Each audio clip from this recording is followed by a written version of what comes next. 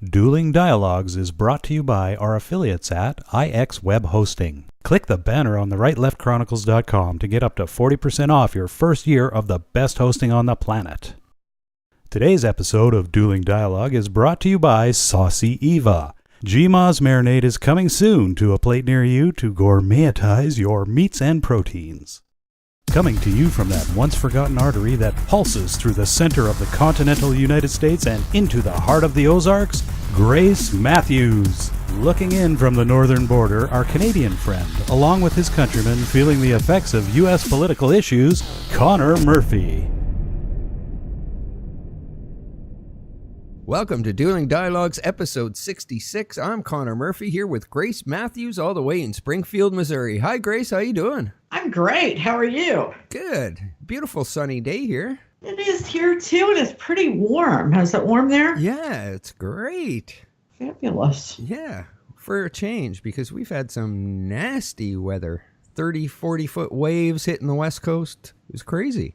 I know you about had the tsunami thing going up there, didn't you? Yeah, a lot of the places that are on the coast had tsunami warnings, and they were up all night, most of them. Oh, wow. It happens. It does. That's one of those things about living on the coast. Yeah, well, that's why I also live. Things. That's also why I live 300 meters up. Good point. Good point. Great thinking. Yes. That's what is cool about where you're at. Yeah. You can live high up and still be basically on the beach. Yes. And then when the earthquake happens, it just shakes us all down to the bottom. Exactly. So, what the heck? It's always something, isn't it? I'm just going to stand on the bottom of the hill, pick up all the lumber, and build my own house. That'll work. There'll be a lot of lumber. So we had a special guest today. Adam Stier was supposed to join us, but he had some technical difficulties. But we're going to go on and talk about the fake news, because the fake news is back in the news today. Well, you know, when the Pope is talking about fake news, it's back in the news. Yeah, exactly. First thing this morning, I saw it and I thought, wow, what a coincidence. So absolutely. The Pope gave a speech not long ago and he included a message to journalists and reporters, and he asked that they please not succumb to the sin of fake news. Well, apparently he's not too satisfied, because the Pope warned of fake news, and he compared it to the crafty serpent in Genesis. So I guess when the serpent lied to Eve, it was really fake news. There you go. Wow. I mean, all of this biblical research and intellectualizing Genesis is all boiled down to fake news. Yeah, that I never, ever considered that before, but I never considered the serpent a journalist. You know, it now makes me look at journalists a lot differently. Yeah. Not mentioning CNN or New York Times or anything. No, but the president did in his fake news awards. Now, we just touched on this just a little teeny bit with the Hammer the other day, and right. Of course, it seems like just about every episode we talk a little bit about fake news. Yeah. Nevertheless, I think we should go over the winners and or are they winners or losers? Yeah, they're both, I guess. They're winners of the fake news awards, but yeah. Yeah, okay. We announced the winner, which was the New York Times' Paul Krugman, who claimed on the day of President Trump's historic win that the economy would never recover. So obviously that didn't happen. The market is up $6 trillion and rising. Today, last I checked, it was at about 26,400. When he was elected, it was like at 18,000. Yeah, I mean, it's. I would have not picked that as the number one, though. I wouldn't either, because that guy was kind of forecasting. It wasn't really, to me, fake news is a little more disingenuous. I mean, Paul Krugman believed that. Yeah, like, okay. And certainly he's qualified to make, a semi-educated guess. I mean, educated guesses aren't always right. Right. So I don't know if I'd call that even fake news. I wouldn't, but I tell you what, I would have made number 2, number 1. and that's ABC News' Brian Ross. He made a statement that sent the markets in a downward spiral. Okay.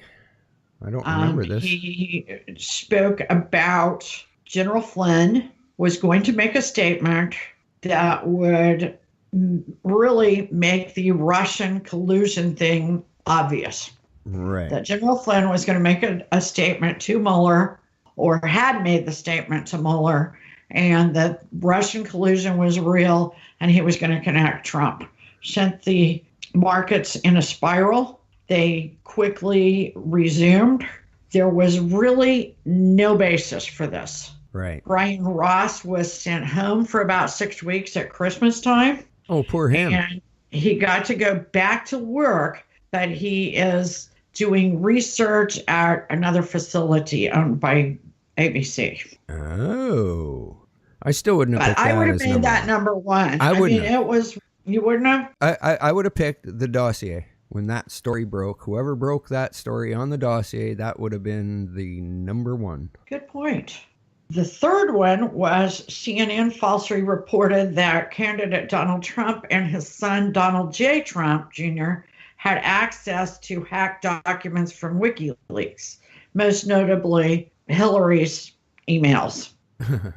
They didn't. Yeah. I mean, there was no basis for that. No, Julian Assange was going to do that anyway. I mean, in fact, I hadn't even heard of that one. Yeah. To tell you the truth. Assange took care of that. It had nothing to do with Trump or Jr. Yeah. Number 4, I do remember this one. Time falsely reported that President Trump had removed a bust of Martin Luther King Jr. from the Oval Office. And he hadn't. I mean, that just play that race card, you know? Yeah, and a blatant lie, too. Wow. Okay. Yeah, I missed that one. Yeah, and that was right after he took office. That was probably within the first week. Right. Number 5 was the Washington Post, who falsely reported that the president's massive sold-out rally in Pensacola, Florida was empty. A dishonest reporter showed pictures of an empty arena hours before the crowd started pouring in. That was Dave Weigel. Okay. I do remember that. And of course, the president put out a tweet that Dave Weigel of the Washington Post put out a phony photo of an empty arena. Later, the venue was filled to the rafters. When he took the picture, there were thousands of people waiting outside on their way in. So that really was just blatant dishonesty. Right. Oh, and this one was funny. Remember the trip to Japan? Yes. Okay, CNN falsely edited a video to make it appear that President Trump had defiantly overfed the fish. Oh, right. I remember that. The Japanese prime minister. The Japanese prime minister had actually led the way with the feeding. They just dumped the box. Yeah. Now, I mean, it's really hard to overfeed those koi anyway. Yeah, there was like big koi in there, and a lot of them. Yeah, yeah. I mean, I don't see how, that's just meanness, as my grandmother used to say. That's just meanness. Number 7, CNN falsely reported about Anthony Scaramucci's meeting with a Russian, but retracted it due to a significant breakdown in the process.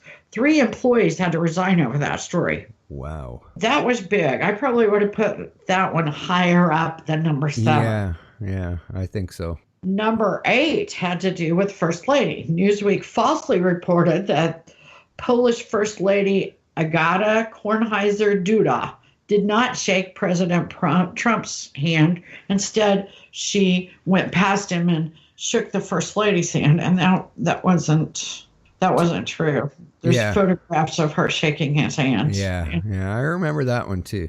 There's always handshaking deals, aren't there, with the Trump? Yeah. Well, it is kind of funny.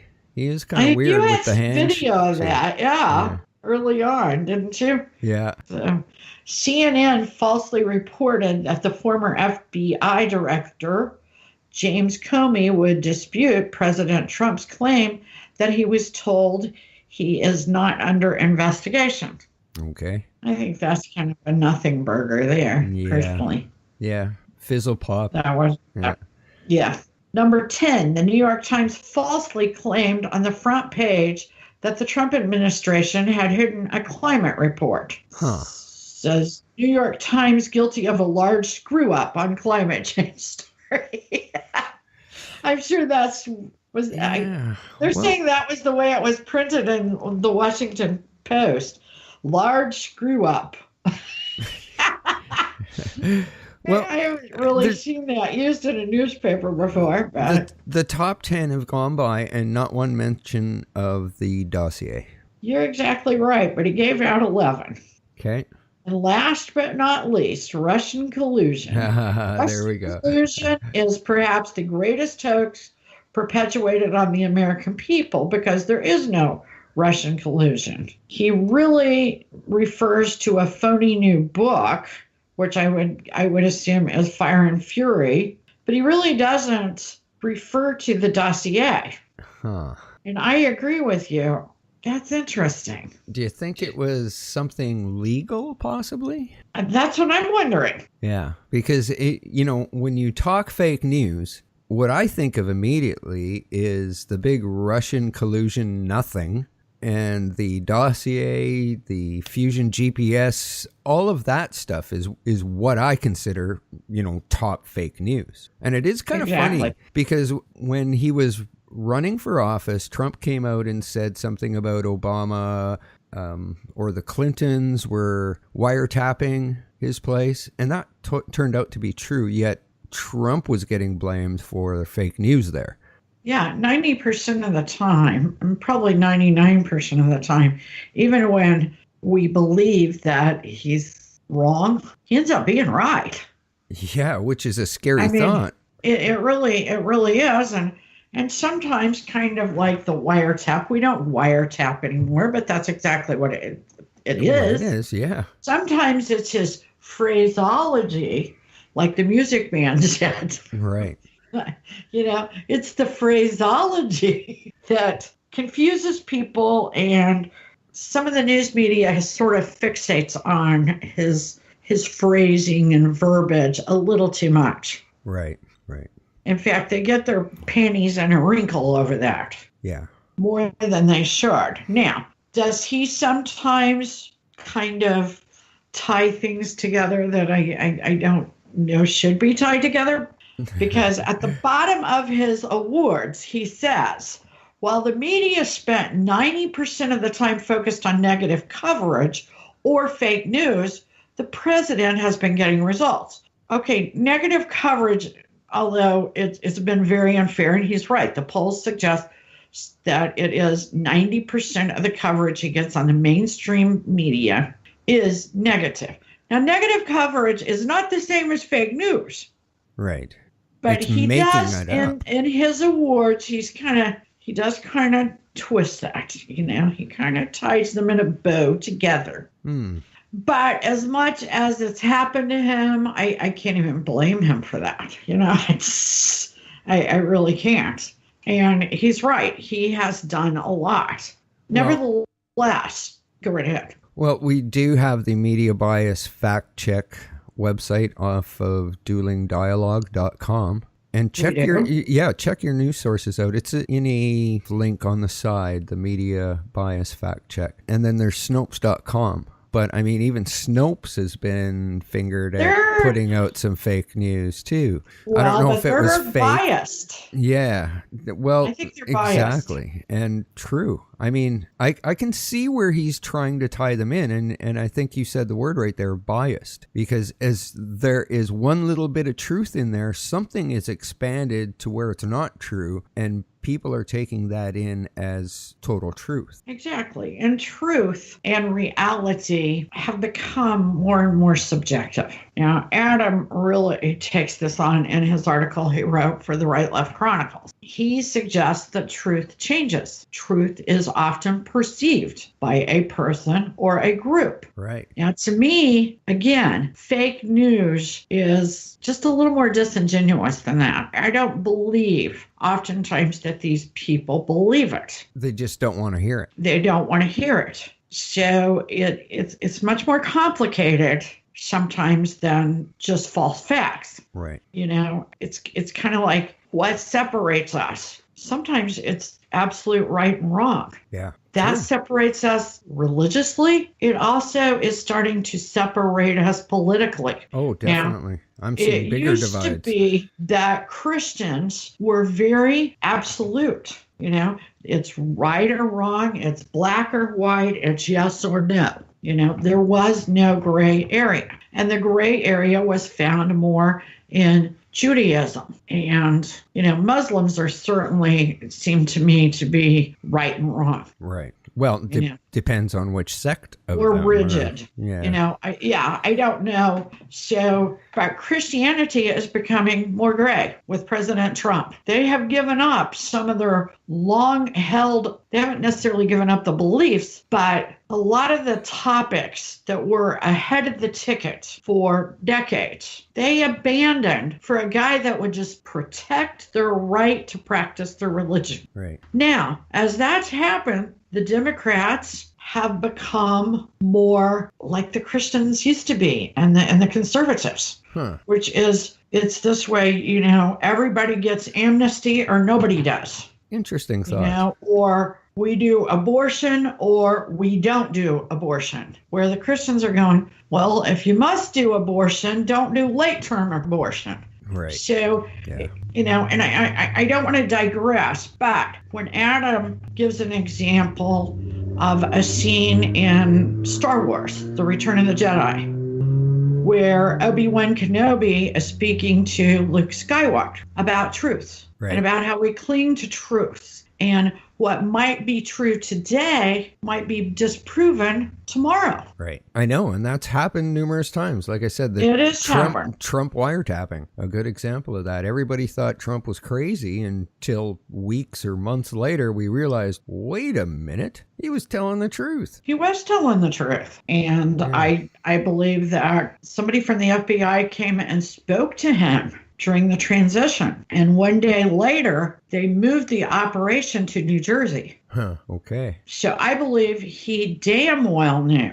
He didn't exactly use the correct terminology. I still think it's perfectly acceptable, you know. Wow. To say wiretapping. Yeah. We all know what it means, okay? To pretend we don't, or to pretend that is terribly inaccurate is, again, disingenuous. Yeah. You know, we also talk about the legal sense of right and wrong, you know, and when you are working with attorneys, I used to do research for them, and they always make the point of saying if part of a statement is wrong, the whole statement is wrong. Right. And you know what? That's a tactic that I think a lot of the media outlets are using, is they have one little bit of truth in there and a whole bunch of lies. And because that one thing is true, the whole article can't be deemed fake. Exactly. But I think Trump it works both ways. It should be. Oh, yeah. You know, and, you know, it goes back to also there was a German philosopher that said, I'm not mad that you lied to me. I'm mad that I can never trust you again.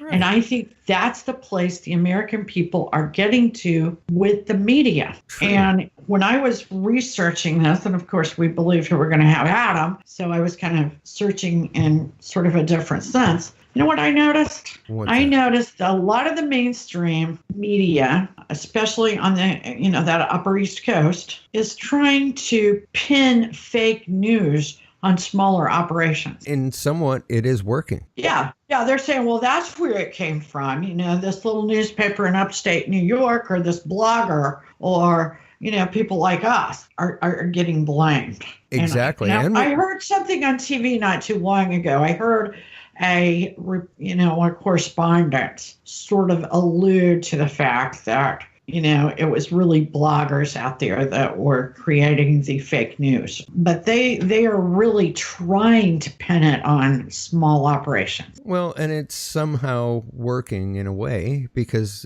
we don't get any traction on Facebook. That's why? True. Why? The New York Times, CNN, everybody on that fake news award list that you just wrote, they're the ones that are getting the timeline news. Actually, yeah, and actually sometimes we get censored. Yes, disappearing. We put a story up that, like we did with Jennifer Flowers. Yeah. That hurts Bill Clinton, or they think it hurts Bill Clinton. Actually, she painted a very nice picture of Bill Clinton. I came away from that liking him more than I did before, actually. Yeah, I did too, I think. I don't know if that's right or wrong, but that's how I felt. Nevertheless, they pulled a couple of those posts off. Yes, I noticed the same thing when I posted it as well. Yeah, it's very interesting how they just disappeared. Yet they accepted our ad. Yeah, of course. Yeah, they didn't want you to pull any pay. of my posts off, but